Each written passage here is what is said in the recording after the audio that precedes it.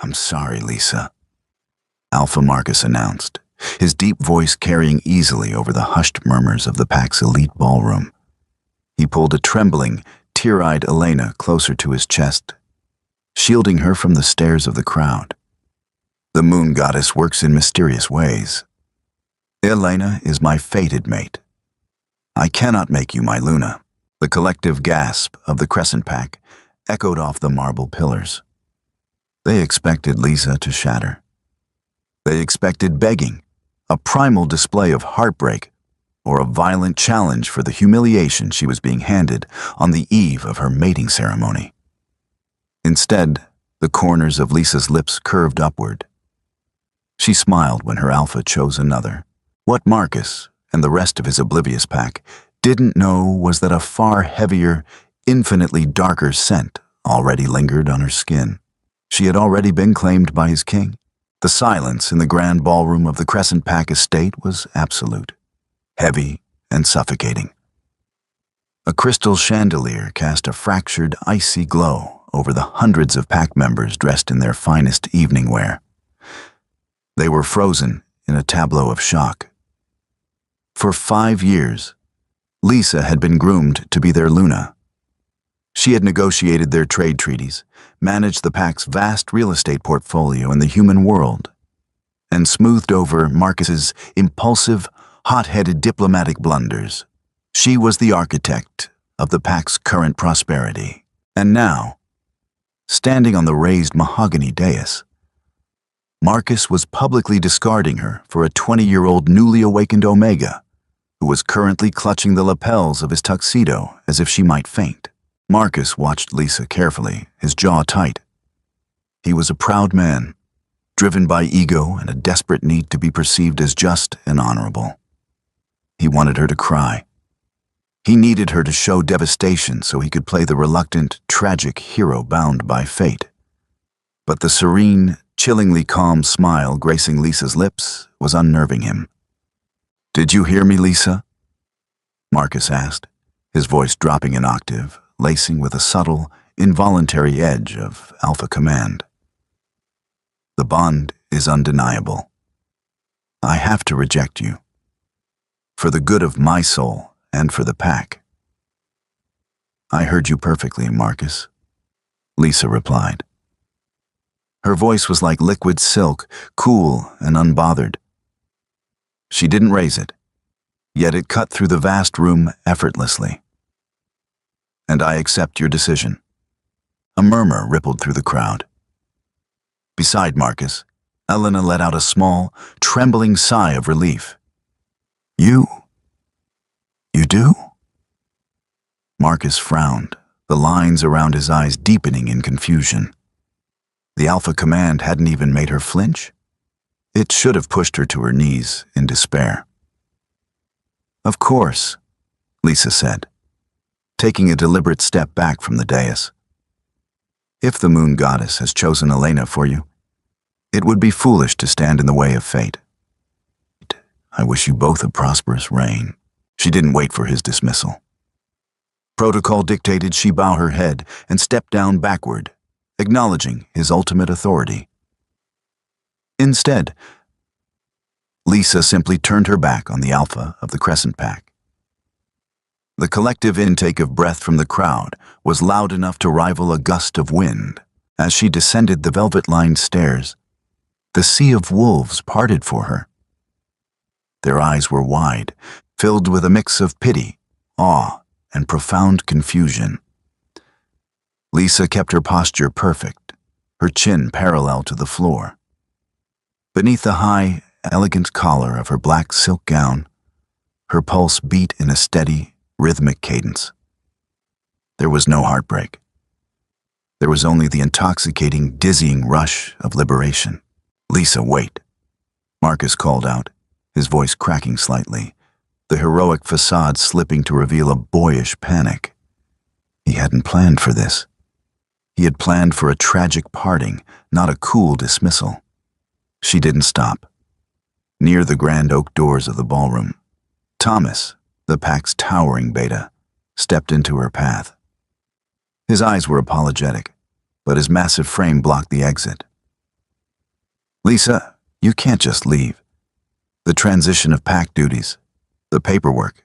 Lisa paused, looking up into Thomas's eyes. She let the faintest sliver of her new reality bleed into the air. It wasn't her aura.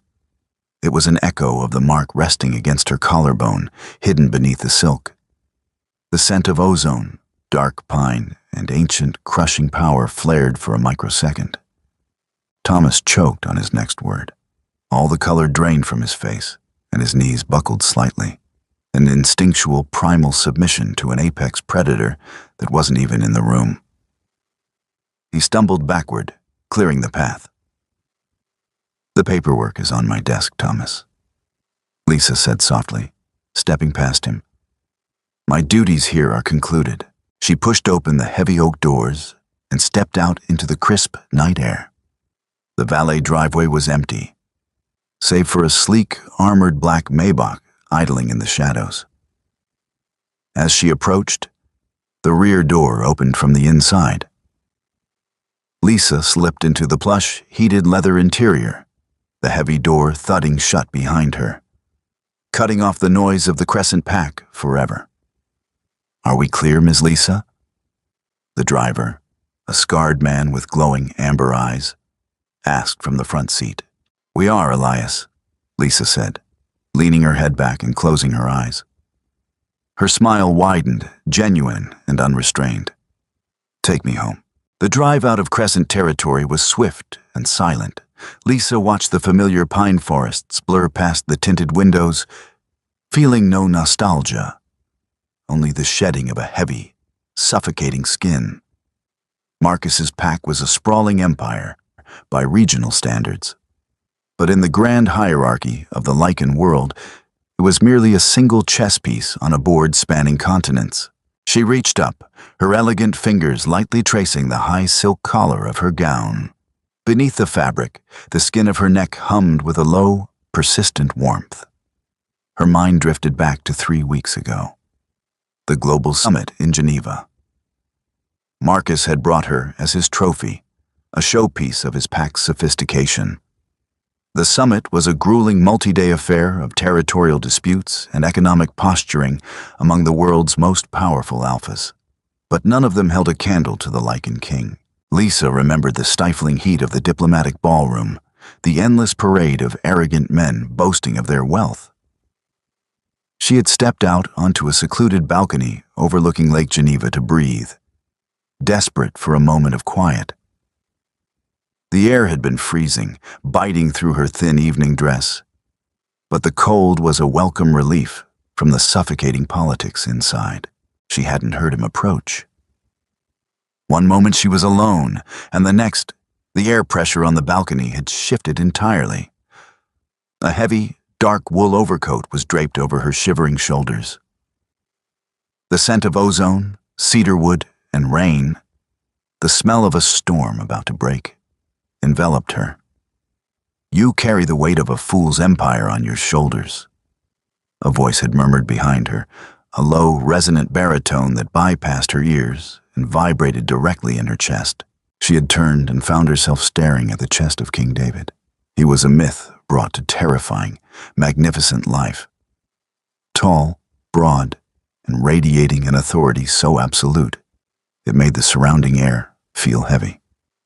His eyes, a striking shade of slate gray, pinned her in place. There was no alpha command in his voice, only an ancient, quiet certainty. "I am his Luna," Lisa had managed to say, though the words tasted like ash in her mouth. "No," David had replied softly, stepping closer. The space between them vanished. The raw magnetic pull of true, fated resonance had slammed into her with the force of a freight train.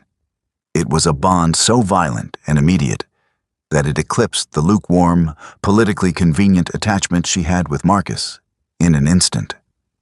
"You are mine. You have always been mine. And you are suffocating in his shadow." It wasn't a kidnapping. It wasn't a forceful claiming. It was an awakening. In the shadows of that balcony, away from the prying eyes of 100 alphas, the Lycan King had laid a gentle, reverent hand against her throat. The mark he left there wasn't a physical bite. A king's claim required a formal ceremony for that. But an energetic brand, an ethereal tether tying her soul directly to his. Go back to him, David had instructed her, his thumb brushing her cheek. Settle your affairs. Let him show you who he truly is. When the tether snaps, my guards will be waiting. Now, 3 weeks later, Marcus had provided the perfect exit. By publicly rejecting her for his fated mate, Marcus had severed all pack ties and legal obligations Lisa owed to the Crescent Pack. He thought he was discarding her. In reality, he had just unlocked the cage door. Approaching the royal border, Miss Lisa. Elias's gravelly voice broke through her reverie. Lisa looked out the window. The modest, commercialized forests of the Crescent territory had given way to ancient, towering redwoods. The fog rolled in thick and heavy. Hidden within the mist, Lisa could sense the perimeter guards.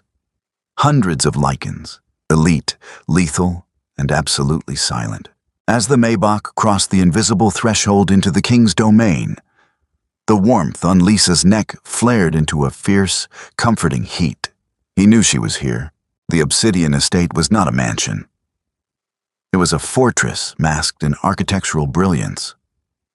Carved into the side of a jagged coastal mountain, the estate was a masterpiece of black steel, floor-to-ceiling glass, and dark stone.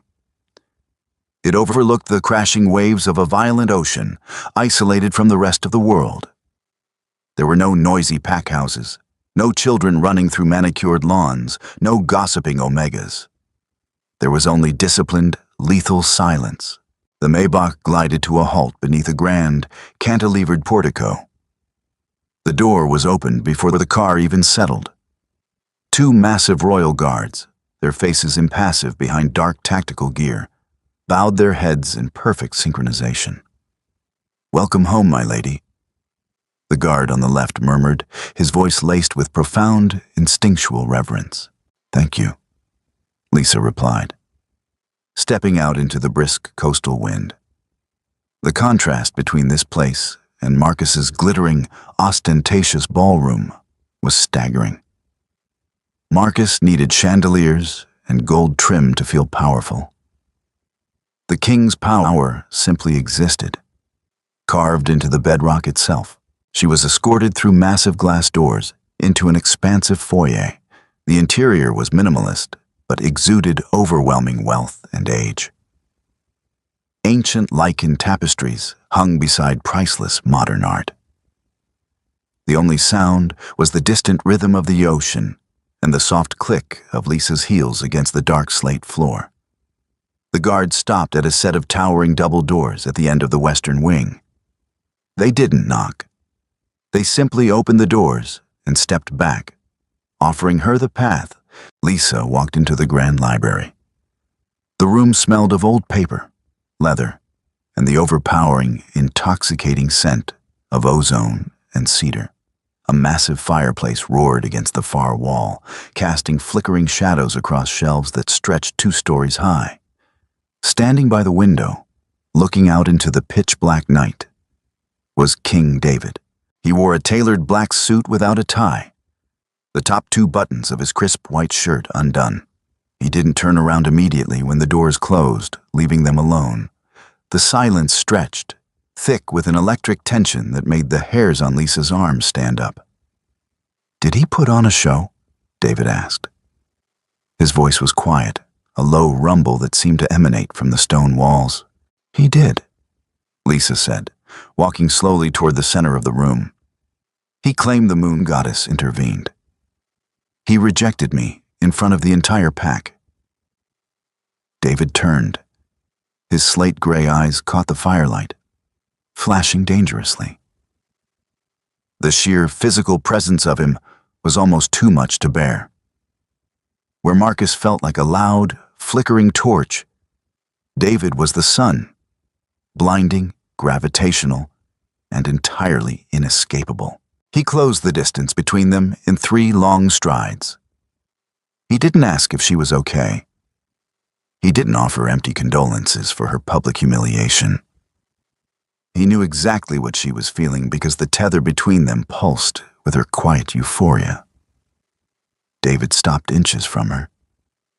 He reached up, his large, calloused hands gently resting on her shoulders. Slowly, deliberately, he unfastened the top buttons of her high-collared gown, pushing the silk aside to expose her neck. His eyes darkened as he looked at the invisible mark resting over her pulse point.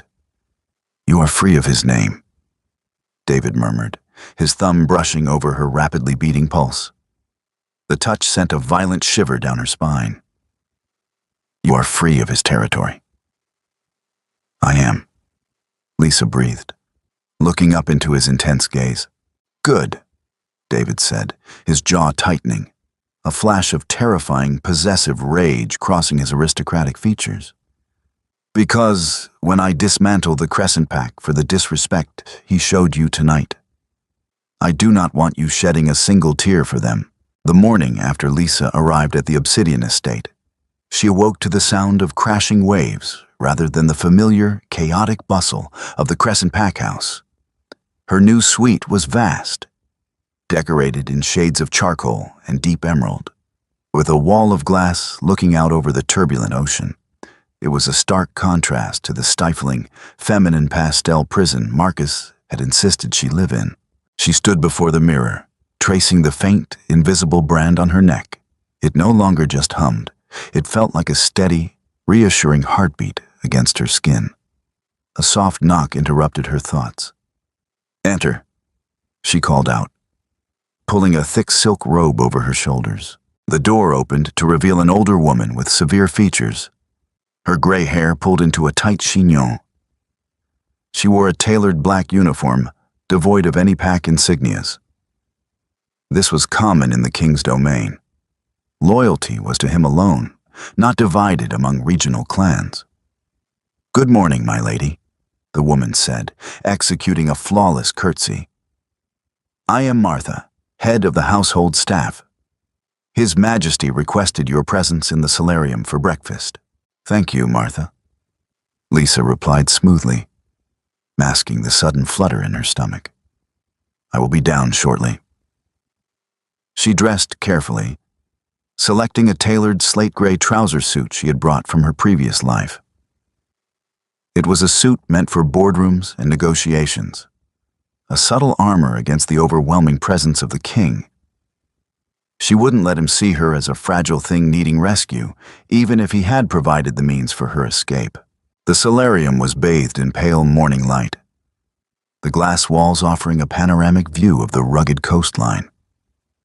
David sat at a small circular table, reading through a stack of leather-bound dossiers. He didn't look up immediately as she entered, allowing her a moment to observe him. In the stark daylight, he was even more imposing. The raw power he radiated wasn't a show. It was an intrinsic part of him, like gravity. "You slept well," he stated, finally looking up. It wasn't a question. The bond allowed him to feel her baseline emotions, a steady hum of calm that had replaced her previous tension. "I did," Lisa admitted, taking the seat across from him. "It's quieter here." "A necessity," David replied, closing the dossier and pushing it aside. A king cannot afford the distraction of petty squabbles. The Crescent Pack must have been exhausting. "It was management," Lisa said carefully, pouring herself a cup of dark, rich coffee. "Marcus was focused on perception. I focused on foundation." David's lips twitched in what might have been a ghost of a smile. "Diplomatic as always. You built his empire, Lisa. Without you, his treaties will fracture, and his financial standing will crumble within 6 months. Lisa took a sip of her coffee, the warmth spreading through her chest. "That is no longer my concern. I am free of his territory, as you said." "Yes," David agreed, leaning back in his chair. His slate-gray eyes fixed on her, an unreadable depth to his gaze. But freedom is a temporary state. Nature abhors a vacuum. You were a Luna in all but name. Now you are here. The implication hung heavily in the air between them. The bond they shared was rare, almost mythical. A resonance of souls rather than a simple biological imperative. But it was still untested in the harsh light of reality. "I am here," Lisa agreed softly. "But what exactly does here mean, David? You offered me an exit, and I took it. But I won't trade one gilded cage for another." David's expression remained impassive, but the air in the solarium suddenly felt charged, heavy with static. "A cage implies confinement against your will," he said, his voice dropping to a low rumble. "You walked into my car, Lisa. You crossed my borders willingly." "I did," she countered, her chin lifting slightly. "Because I believed you offered a partnership, not ownership." He watched her for a long moment, the silence stretching taut. Finally, a genuine, albeit small, smile touched his lips. It was a dangerous, thrilling sight. "You are correct," David said, leaning forward, resting his forearms on the table. "I do not want a pet. I do not need a trophy to parade at summits. I need a queen who can stand beside me, not behind me. I need the strategist who built the Crescent Pack from the ground up." He pushed one of the leather dossiers across the table toward her. "What is this?" she asked, glancing at the unembossed cover. "The Northern Territories are restive," David explained, his tone shifting to pure business. "Alpha Kalen is testing boundaries, disrupting trade routes. My generals advise a swift, violent subjugation." "And you?" Lisa asked, her strategic mind already engaging. "I prefer elegance," David replied, his eyes gleaming with cold intelligence. "Violence is loud and messy. I want you to read the dossier, Lisa. Tell me how to cripple him economically before a single drop of blood is spilled." Lisa looked at the dossier, then back at the king. This wasn't a test. It was an invitation. He wasn't giving her busy work to keep her occupied. He was handing her the reins of actual power. She reached out and pulled the folder toward her. "I'll need access to the regional economic reports for the last 5 years, she said, her voice steady and professional. "Martha will set you up in the secondary war room," David said, standing up. "Welcome to the Obsidian Estate, Lisa. Try not to break my kingdom on your first day." Chapter 5. The Aftermath. 3 days later, the fallout from the Crescent Pack's mating ceremony finally reached the Obsidian Estate. Lisa was deep in the war room, surrounded by holographic displays of trade routes and financial ledgers belonging to Alpha Kalen, when the heavy oak doors opened. David strode in, his face set in a mask of tightly controlled fury. The air pressure in the room plummeted instantly, the scent of ozone and impending storm sharp enough to make Lisa's eyes water. She stood up slowly, shutting down the holograms with a swipe of her hand. "What happened?"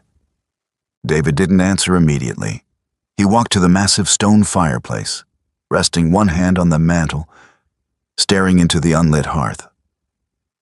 The silence was oppressive, heavy with a violence he was fighting to contain. "Marcus," David finally said, the name sounding like a curse in his mouth. He formally registered his rejection with the Lycan Council. Lisa frowned. That was expected. He needed to legitimize Elena as his Luna. He did more than that. David turned to face her, his eyes dark with rage. "He filed a grievance against you. He claims you embezzled PAC funds before your departure. He's demanding a council tribunal and requesting a warrant for your arrest to face charges within Crescent territory." cold, icy calm washed over Lisa. She had anticipated Marcus would struggle without her, but she hadn't expected him to be this clumsy, this desperate. Embezzlement? She repeated, a bitter laugh escaping her lips. I multiplied their treasury tenfold. He doesn't even know how to read the quarterly reports I left him. It's a power play, David said, closing the distance between them. He realized too late that you were the linchpin holding his pack together. The treaties you negotiated are already fraying. He's panicking. By framing you, he creates a scapegoat for his own impending failures and attempts to drag you back to his jurisdiction. He's a fool, Lisa said, shaking her head. The council will audit the accounts. They'll see the truth. The council is bureaucratic and slow, David countered, his voice hard. They will demand you appear before them. They will suspend your rights until the audit is complete. It is a humiliation I will not allow you to endure. David, Lisa started, placing a hand on his arm. His muscles were corded tight, vibrating with tension beneath his suit jacket. We can fight this legally. I have copies of every transaction I ever made for that pack. It will take time, but I can prove his claims are fabricated. He looked down at her hand, then up into her eyes. The rage in him was palpable, a dark, churning ocean. You don't understand, he said softly, the rumble vibrating in his chest. He didn't just insult my strategist. He publicly accused my mate of thievery. He threatened what is mine. The word hung in the air, heavy and absolute. Mine.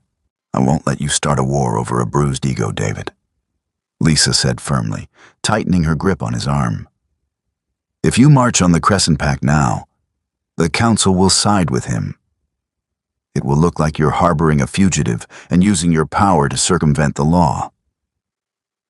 I am the law, David stated, the Alpha King's arrogance flaring bright and undeniable.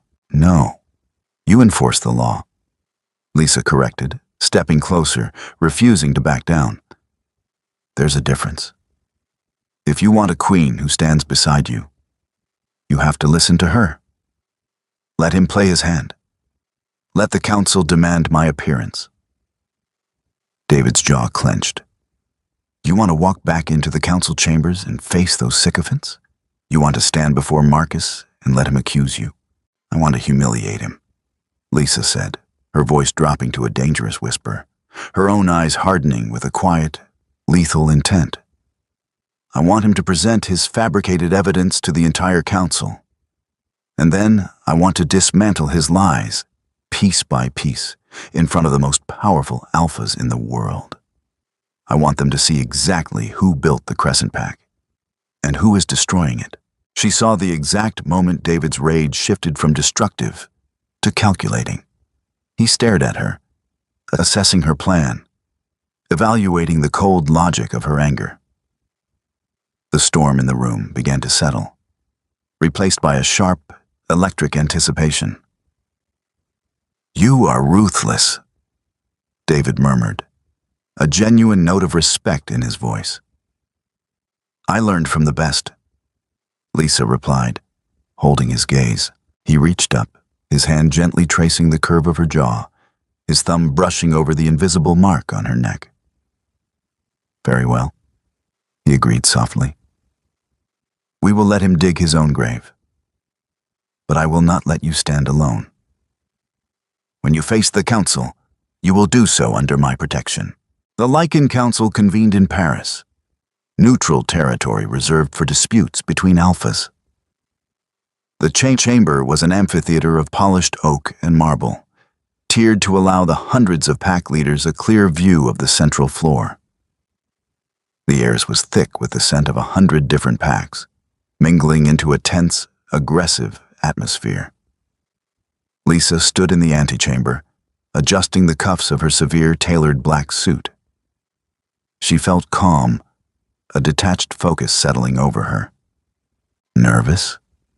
a voice asked from the shadows. She didn't need to turn around to know who it was. The scent of ozone and cedar announced him before he spoke. David stepped into the light, wearing a dark suit that made him look less like a diplomat and more like an executioner. "Prepared," Lisa corrected.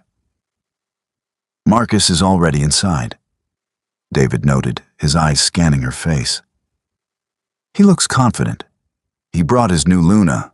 Lisa felt a flicker of annoyance, not jealousy, but irritation at Marcus's predictable showmanship. He needs an audience to feel brave. "The doors will open in 2 minutes," David said, stepping closer. He didn't touch her, but his presence was a physical weight, grounding her. "Remember our agreement." "I defend myself," Lisa recited.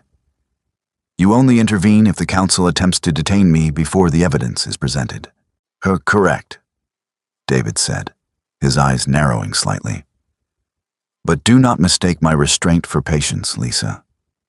If they cross a line, I will end this." The heavy brass doors began to groan open. The murmuring inside the chamber swelled into a cacophony before abruptly silencing as the doors opened fully. Lisa stepped into the chamber. She walked down the central aisle, her posture perfect, her heels clicking against the marble. She felt the weight of hundreds of eyes on her. Eyes that had seen her dismissed, rejected, and now accused. At the center of the floor stood Marcus, looking righteous and aggrieved. Beside him, Elena clung to his arm, looking overwhelmed by the sheer number of alphas present. The council elders sat at a raised, curved desk at the front of the room, their expressions grave. Elisa of the Crescent Pack. Elder Silas, a wizened lichen with a voice like dry leaves, intoned. "No longer of the Crescent Pack?" Lisa corrected smoothly, coming to a halt 20 feet from Marcus. Her voice carried effortlessly across the silent room. "I am unaligned by the Alpha Zone decree." A murmur rippled through the crowd. It was a technicality, but a crucial one. "Very well," Silas amended, frowning slightly. "You are called before this council to answer grievous charges brought by Alpha Marcus. He claims you systematically embezzled pack funds, crippling their reserves before your departure. How do you plead?" "The charges are a fabrication," Lisa stated clearly, meeting Marcus's gaze. He looked away first, a flicker of something, doubt, panic crossing his face. "Alpha Marcus is attempting to cover his own financial incompetence." "Insolence!" Marcus snarled, taking a step forward. "She drained our offshore accounts. We have the bank records to prove the transfers." "Transfers to shell companies you authorized, Marcus," Lisa retorted, her voice icy. "Companies set up to avoid regional tariffs, a strategy I advised against, but one you insisted upon to impress Alpha Kalen." The mention of Kalen caused a stir among the Alphas. It was a poorly kept secret that Kalen was difficult to negotiate with. "She lies," Marcus shouted, his face reddening. "She forged my signature. The council auditors have the documents." "The auditors have what you gave them," Lisa said, her voice dropping to a dangerous, steady calm. "I have the encrypted, original digital logs. Every transaction, every keystroke, complete with your biometric authorizations." She reached into her jacket pocket and withdrew a small, sleek black drive, holding it up for the council to see. The silence in the room was absolute. Marcus stared at the drive, all the color draining from his face. He hadn't known she kept copies. He had assumed, arrogantly, that because she had left quietly, she had left defenseless. "Elder Silas," Lisa called out, her voice echoing in the stillness. "I submit this drive into evidence. I request an immediate, independent decryption and comparison against the Crescent Pack's submitted ledgers." Before Silas could respond, The heavy brass doors at the back of the chamber swung open with a resounding crack. The air pressure dropped. The scent of ozone and ancient power flooded the room, instantly silencing any remaining murmurs. Every alpha in the room, including the elders, tensed instinctively. King David walked down the central aisle. He didn't look at the crowd. He didn't look at the elders. He walked directly to the center of the floor, coming to a stop right behind Lisa. "The lady has submitted her evidence," David said, his voice a low, terrifying rumble that vibrated through the floorboards. "I expect the council to review it immediately. And when you find that Alpha Marcus has perjured himself before this body..." He turned his head slowly, fixing Marcus with a stare so cold, so entirely devoid of mercy, that the Alpha of the Crescent Pack physically recoiled. "If I must, then I will address the insult he has offered my mate." The chamber erupted. The silence following King David's declaration was so absolute. It felt as though the oxygen had been sucked from the grand amphitheater. Hundreds of alphas, the most brutal and powerful predators on the continent, sat frozen in their carved oak seats. David stood behind Lisa, an immovable mountain of dark wool and radiating menace. He didn't project his alpha aura. To do so in this chamber would be considered an act of war. But he didn't need to. The sheer, terrifying weight of his presence was enough. His slate-gray eyes remained locked on Marcus, pinning the Crescent Alpha in place like an insect on a board. Elder Silas was the first to recover, clearing his throat with a sound like crushing gravel. "Your Majesty," he rasped, bowing his head in a deep, frantic show of respect. "We were not informed you would be attending these proceedings. I do not require an invitation to oversee the administration of my own laws, Silas," David replied, his voice barely above a whisper, yet carrying effortlessly to the highest tiers of the chamber. "Proceed with the decryption. Now." Silas didn't hesitate. He gestured sharply to a pair of lichened technicians flanking the elder's desk. One of them scurried forward, taking the sleek black drive from Lisa's outstretched hand. His fingers trembled slightly as he brushed against hers, acutely aware of the king, watching his every micro-movement. Lisa remained perfectly still, her posture impeccable. She didn't look back at David. She didn't need to. The warmth on her neck had bloomed into a steady, thrumming heat that anchored her completely. "It will take a moment to cross-reference the biometric encryptions, Your Majesty," the technician stammered, plugging the drive into the central console. "Take your time," Lisa said smoothly, turning her attention back to Marcus. "We want to be thorough." Marcus was sweating. The arrogant sheen he had worn into the chamber had evaporated, replaced by a pallid, sickening gray. Beside him, Elena had shrunk in on herself, her hands nervously twisting the fabric of her expensive, heavily beaded gown. She looked from Marcus to the terrifying, towering figure of the king, her wide eyes filling with panicked tears. This wasn't the triumphant coronation she had been promised. A massive holographic display flickered to life in the center of the room, hovering between Lisa and Marcus. Columns of digital ledgers, bank routing numbers, and transfer dates scrolled rapidly downward in glowing blue light. "The encryption is verified," the lead technician announced, his voice tight. "These are direct, unedited pulls from the Crescent Pack's internal financial servers. Cross-referencing with the ledgers Alpha Marcus submitted." The technician fell silent. The scrolling numbers on the hologram suddenly flashed crimson in dozens of places. "Well?" David prompted, the single syllable cracking like a whip. "The ledgers submitted by Alpha Marcus have been heavily altered, Your Majesty." The technician swallowed hard. Over $40 million have been omitted from the official record. A collective gasp ripped through the chamber. Embezzlement was a severe crime, but 40 million was the staggering, empire-toppling sum. She manipulated the drive, Marcus shouted, his voice cracking in desperation. He lunged half a step forward, only to freeze as a low, bone-rattling growl emanated from David's chest. She's a tech genius. She could have faked the biometric signatures. Pull up transfer file Orion 7. Lisa instructed the technician, ignoring Marcus entirely. The display shifted, magnifying a single, massive transaction.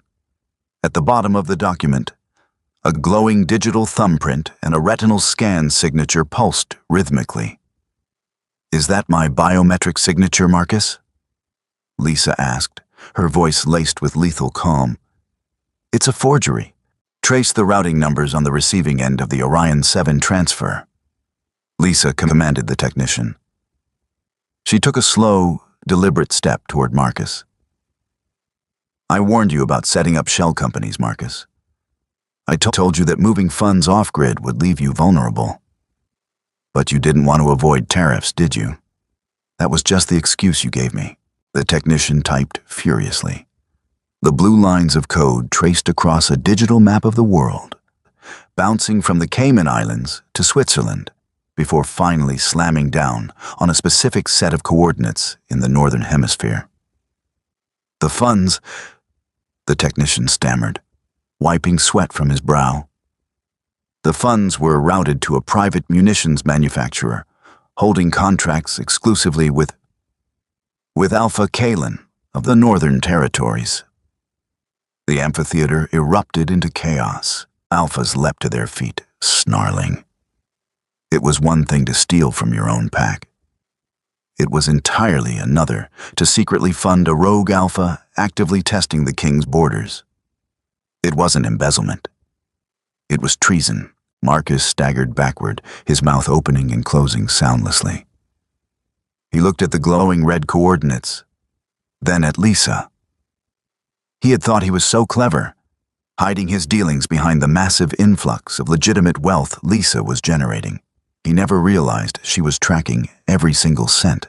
"You didn't just reject me, Marcus," Lisa said softly.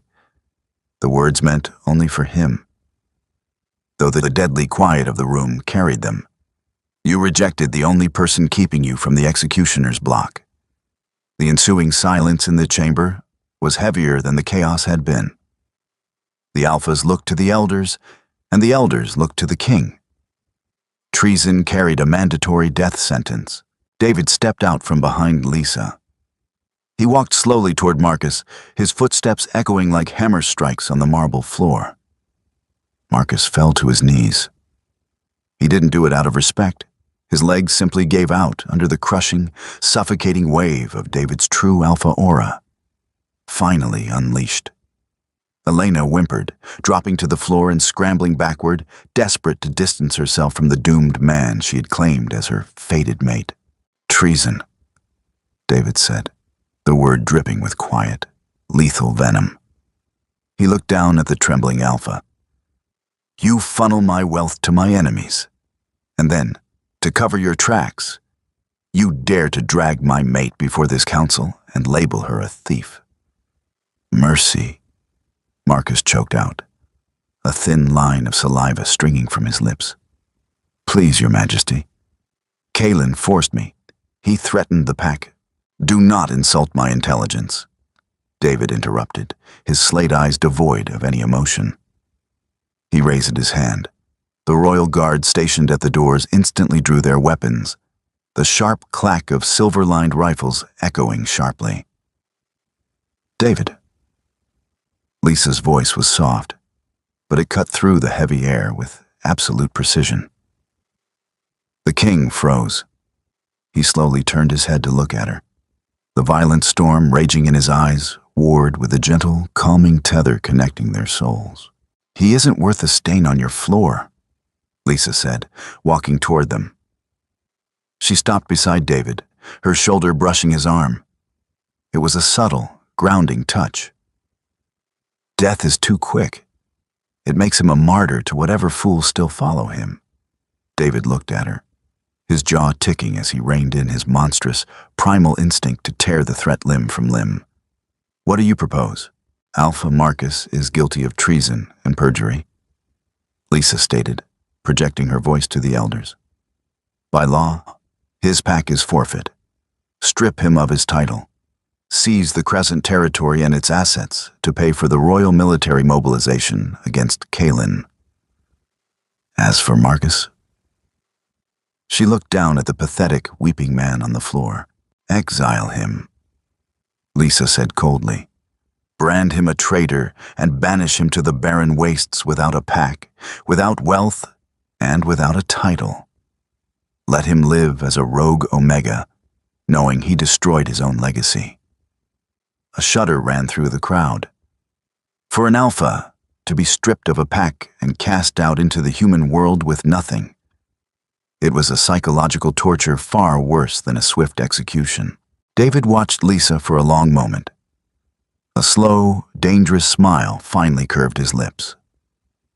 The sheer, ruthless brilliance of it thrilled him. She wasn't just neutralizing a threat. She was sending a chilling message to every other Alpha in the room. "The Queen has spoken," David declared, his voice ringing with finality. He didn't wait for the elders to officially ratify the decision. The decree of the king was absolute. David reached out, wrapping his large hand around Lisa's waist, pulling her flush against his side. He turned and walked her back up the central aisle, leaving the shattered remains of Marcus's life on the marble floor behind them. The flight back to the Obsidian estate was swathed in the quiet hum of the private jet's engines. Lisa sat in a plush leather armchair, staring out the window at the dark clouds below. The adrenaline of the trial was fading, leaving a strange, hollow exhaustion in its wake. David sat across from her, a crystal tumbler of amber liquid in his hand. He hadn't spoken since they boarded, merely watching her with an unreadable expression. "You played him perfectly," David finally said, setting the glass down. Lisa turned her head. "I knew he was skimming funds for years. I didn't realize it was for Kalin until I accessed the royal intelligence networks you gave me. He was desperate to align himself with what he thought was a rising power, and you let him think he was getting away with it, right up until the moment it would destroy him most spectacularly." David leaned forward, his elbows resting on his knees. "You are terrifying, Lisa." "I am efficient," she corrected, a faint smile touching her lips. David stood up, crossing the small cabin to kneel in front of her chair. He took her hands in his calloused thumbs brushing over her knuckles. The physical contact sent a jolt of pure electricity straight to her core. "You called me your mate in front of the council," Lisa noted softly, her breath catching in her throat. "I stated a fact," David replied, his eyes darkening to the color of a stormy sea. He reached up, his fingers trailing lightly up her neck to rest over the invisible brand he had placed there in Geneva. "But a mate is destined.